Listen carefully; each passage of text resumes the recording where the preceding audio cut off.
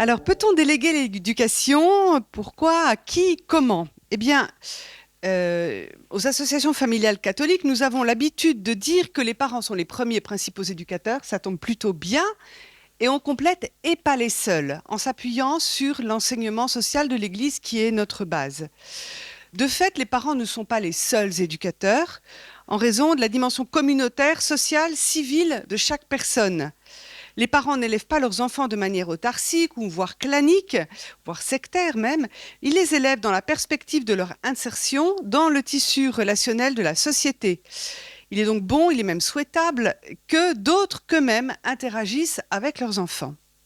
Donc il existe bien une délégation, ça semble assez évident, mais à quelles conditions? Alors, trois parties. Tout d'abord, une délégation qui n'est que partielle. Partielle. Les parents ont un droit-devoir, avec un trait d'union entre les deux, ont un droit-devoir d'éduquer leurs propres enfants. C'est quelque chose qui est essentiel. Ils transmettent la vie à leurs enfants et donc nul mieux qu'eux n'est plus à même de transmettre des moyens et des raisons de vivre. Je pense qu'ici, nous en sommes tous persuadés. Nul mieux qu'eux n'est légitime à le faire. C'est un lien qu'on peut qualifier d'irremplaçable et d'inaliénable. Il ne peut être totalement délégué, bien sûr pas usurpé par d'autres, mais même pas totalement délégué. Parce qu'une délégation totale reviendrait à une démission de ce droit-devoir éducatif des parents. C'est une délégation qui est seulement partielle.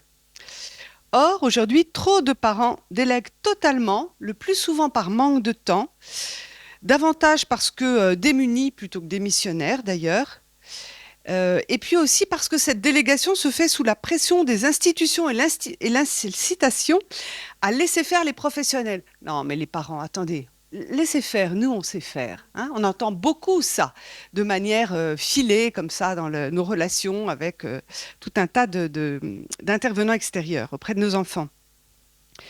J'ai pris un exemple récent qui est le rapport sur les 1000 premiers jours de l'enfance. Et bon, récent, il est là 5 ans déjà, mais c'est un rapport très important, commandé par Adrien Taquet, remis en septembre 2020. C'est un travail qui a été fait par des psychiatres, des psychologues, des pédiatres, une sage-femme, et il a réfléchi au développement de l'enfant du 4e mois de grossesse jusqu'à ses 2 ans.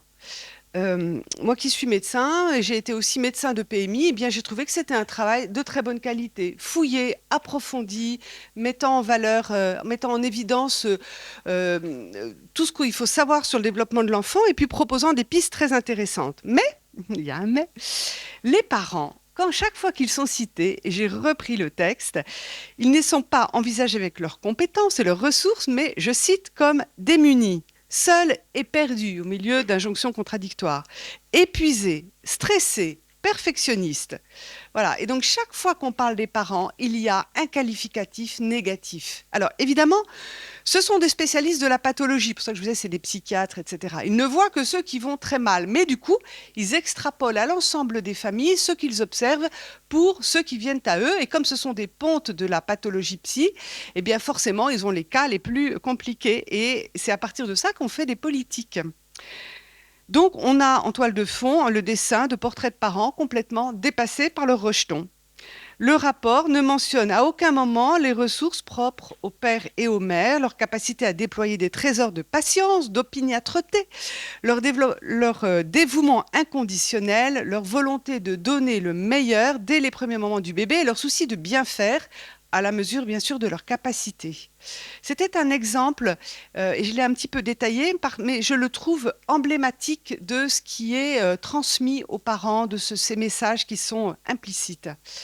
Voilà. Donc, pour revenir à ce que je vous disais juste avant, donc délégation d'autorité, oui, mais uniquement délégation partielle d'autorité, et les familles doivent y être incitées.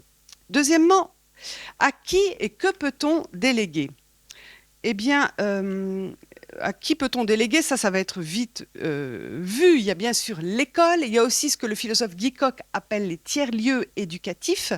Donc là-dedans, vous pouvez mettre en fourre-tout les clubs de sport, le conservatoire de musique, les scoutismes, enfin, etc., etc. Et puis, je dirais aussi, il y a les soignants. Voilà, on délègue aussi quand on confie notre enfant pour être soigné. Je voudrais que sur ce sujet, nous sortions du débat, l'éternel débat, entre l'instruction qui serait l'apanage de l'école et l'éducation qui serait l'apanage des parents. Je trouve que c'est un débat dépassé. Alors peut-être que certains seront choqués par ça, mais je trouve que les parents instruisent, et même ils instruisent sans doute bien plus leurs enfants que l'école. C'est eux qui transmettent la langue maternelle essentielle, qui transmettent le vocabulaire tout au long. Je ne sais pas jusqu'à quel âge vous transmettez, mais moi j'ai des jeunes qui ont la vingtaine d'années qui me demandent parfois encore le sens d'un mot un peu compliqué. Donc on enrichit la langue, mais aussi en famille, il y a les lectures, les films, les visites culturelles, etc., etc. Donc on fait de l'instruction en famille, mais à l'école, on fait évidemment aussi de l'éducation. On apprend la rigueur, le soin à bien tracer ses lettres sur son cahier, quand ça se fait encore, euh, l'attention, la maîtrise de soi, voilà, tous ces talents qui vont se développer grâce aux nombreuses interactions permises par l'école avec les pairs PAIRS. Voilà, donc on sort de ça, instruction, éducation. C'est- voilà, il n'y a pas d'un côté l'instruction à l'école et l'éducation, mais c'est des deux côtés. Et donc, qu'est-ce qu'on délègue à l'école? On délègue aujourd'hui plein de choses, je crois. La charge de faire des bons citoyens, une tête bien faite plutôt que bien pleine, transmettre des connaissances, l'apprentissage du respect mutuel, de la vie en société, l'égalité des chances, la possibilité d'acquérir plus tard un métier, le développement de talents intellectuels. On pourrait continuer comme ça. Je crois qu'il n'y a pas une simple complémentarité entre l'école et la famille. Quand on dit ah c'est complémentaire, on ne dit pas suffisamment la primauté éducative. On ne dit pas à quel point l'école est aux côtés des parents dans leur ambition à faire des hommes ou des femmes capables de penser par eux-mêmes. Capables, moi je suis issue de l'école du scoutisme, de mener leur barque tout seul, comme le disait Baden-Powell. Voilà. Et ce tout seul n'est pas un tout seul individualisme, mais un tout seul de liberté intérieure. Si la liberté d'instruire ses propres enfants n'existe plus, comme on le voit en partie au moins, alors ce n'est pas une délégation d'autorité, mais une simple obligation. On ne peut pas dire qu'on délègue à l'école si tout le monde est obligé de déléguer à l'école. C'est juste une obligation. La délégation, elle n'existe vraiment que si elle n'est pas obligatoire. Et donc l'instruction en famille, comme la liberté de créer son école, même si elle reste minoritaire, sont emblématiques d'une liberté essentielle qui est la liberté éducative de tous les parents. Pas seulement des parents qui y recourent, mais de l'ensemble des parents. Ça veut dire que chacun est vraiment libre de choisir ce qu'il souhaite pour son enfant. Moi, je trouve assez curieux que la famille ayant existé avant l'État, historiquement, hein, il y a un drôle de retournement de perspective d'attendre aujourd'hui que l'État autorise les familles à éduquer leurs propres enfants. Et ça, bon, c'est une petite digression. Voilà, donc éducation ou instruction, elles peuvent être déléguées à l'école, à nombreux organismes artistiques, sportifs, éducatifs, comme aussi à la famille proche, à des familles amies, à des soignants, etc., etc. Et on délègue uniquement s'il y a une liberté. Troisièmement, quelles sont les conditions de cette délégation? On entre dans le dur, les conditions. On ne peut pas confier son enfant sans faire confiance au responsable à qui il est confié. Sans confiance, il s'agit non pas d'une délégation, mais d'un abandon. Les parents qui confient, mais qui n'ont pas confiance, mais qui confient quand même, c'est un abandon de son enfant, c'est pas une délégation, c'est un renoncement, c'est utiliser l'école, ce que vous voulez, comme une garderie, mais c'est pas être en une attitude de parent qui éduque son enfant.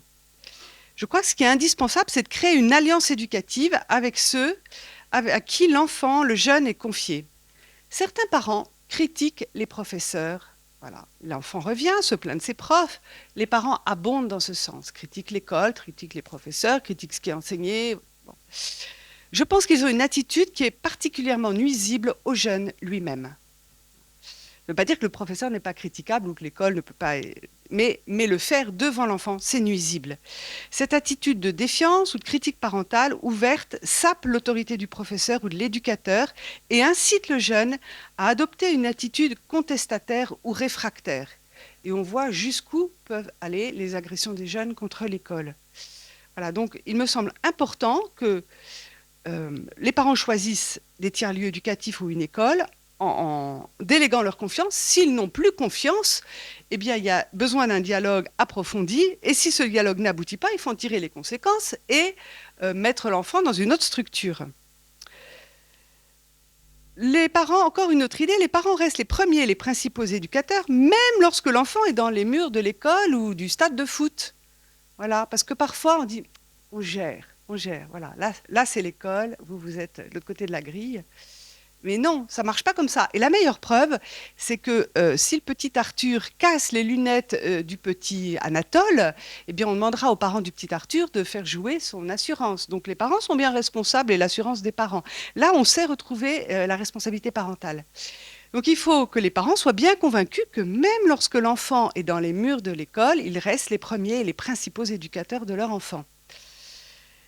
Et c'est pour ça que la liberté de conscience des familles doit aussi être respectée au sein de l'école.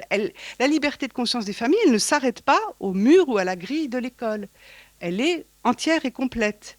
Et donc tout ce qui touche à l'intime, tout ce qui touche aux politiques, tout ce qui touche aux choix personnels, profonds, privés de la famille, n'ont pas à être traités au sein de l'école. Voilà, parce qu'on touche à la liberté de conscience. Je vous rappelle un texte que vous connaissez sûrement, qui est la fameuse lettre de Jules Ferry aux instituteurs, 1883. Vous êtes l'auxiliaire et à certains égards le suppléant du père de famille. Parlez donc à son enfant comme vous voudriez qu'on parlât au vôtre. Vous ne toucherez jamais avec trop de scrupules à cette chose délicate et sacrée qui est la conscience de l'enfant. Parole de sagesse. Sur Twitter, on m'a dit c'est dépassé. Quand j'ai cité ça, on m'a dit ouais, mais c'est dépassé aujourd'hui. Je ne crois pas du tout que ce soit dépassé. C'est pas dépassé. Et on a un exemple emblématique actuellement qu'on a un petit peu tous en tête, c'est le programme EVARS, éducation à la vie affective et relationnelle et à la sexualité, qui va entrer en vigueur à la rentrée prochaine. Bien, je crois que c'est un cas d'école par rapport au sujet que nous traitons aujourd'hui. Ce programme contient de bonnes choses, voilà, il faut aussi le dire, il y a des bonnes choses dans ce programme, mais il est organisé pour être prodigué aux enfants dès le plus jeune âge, que les parents y consentent ou non. C'est-à-dire que toute la mise en œuvre du programme est faite. Après une petite phrase en préambule, ce programme vient en complément des parents, après on ne s'occupe plus du tout des parents, et tout est fait pour que les parents n'aient pas à donner leur avis. De nombreux pères et mères souhaitent être aidés sur ces questions délicates. Il y en a un certain nombre qui m'ont dit ça, même des journalistes m'ont dit, vous savez, en fait, moi je croyais que je saurais faire, je ne sais pas faire. Je suis un peu content d'être aidé. Mais aucun n'a envie d'être contourné. Évidemment, c'est un sujet tellement intime. Personne ne veut être contourné. Donc je salue l'action juridique des juristes et puis de quelques autres associations sur ce sujet et j'espère qu'elle sera couronnée de succès. Et nous, les AFC, en bonne intelligence avec nos amis des juristes, nous avons lancé autre chose. Nous avons formulé auprès du ministère une demande d'édiction de mesures complémentaires. Donc c'est un autre recours. Le but est de renouer le dialogue avec les parents dans chaque école, à l'intérieur de chaque école à ce sujet. Le programme étant très vaste, et de l'aveu même d'une des conseillères d'Elisabeth Borne que j'ai vue récemment, tout ne peut pas être traité. Et donc, il faut faire des choix. Eh bien, nous demandons qu'il y ait un complément au programme pour dire qu'en tout début d'année, chaque direction d'école, les représentants des parents d'élèves et les enseignants concernés se concertent pour choisir ce qui va être traité, comment ça va être traité et avec quelle association intervenante extérieure, le cas échéant, ce sera traité. On a aussi demandé que dans ce programme, les parents ne soient plus traités comme des adultes de confiance parmi les autres. Vous savez sans doute que, par exemple, en maternelle, l'enfant a une marguerite et dans chaque pétale de la marguerite, il doit écrire un adulte de confiance. La maîtresse, maman, le docteur, le prof de sport, etc. Voilà. Donc, ça tend à mettre dans la tête de l'enfant voilà, une horizontalisation de la place de ses parents au milieu des autres. Donc ça, on demande aussi que ce soit modifié. Cette procédure, donc demande d'édiction de mesures complémentaires, il y a 2 mois pour la réponse. Les 2 mois s'achèvent début juillet, donc on va bientôt y être. Et après, nous irons au Conseil d'État. Avec pas mal de billes quand même, parce que dans le Code de l'éducation, je parle sous le contrôle des juristes, dans le Code de l'éducation, quand même, l'éducation à l'intime, elle est dévolue aux parents et pas à des tiers. Voilà, il est temps de conclure, parce que j'avais juste 20 minutes. En résumé, donc, quelle délégation d'éducation? Parents premiers principaux d'éducateurs, pas les seuls. Une délégation éducative partielle à d'autres acteurs éducatifs ou soignants, qui n'est pas obligatoire, qui se fait dans le dialogue et la confiance, et qui reconnaît la primauté éducative des parents, même lorsque l'enfant est dans les murs de la structure d'accueil. Enfin, qui ne concerne pas l'intime, c'est-à-dire tout ce qui a trait à la liberté de conscience. Je vous remercie.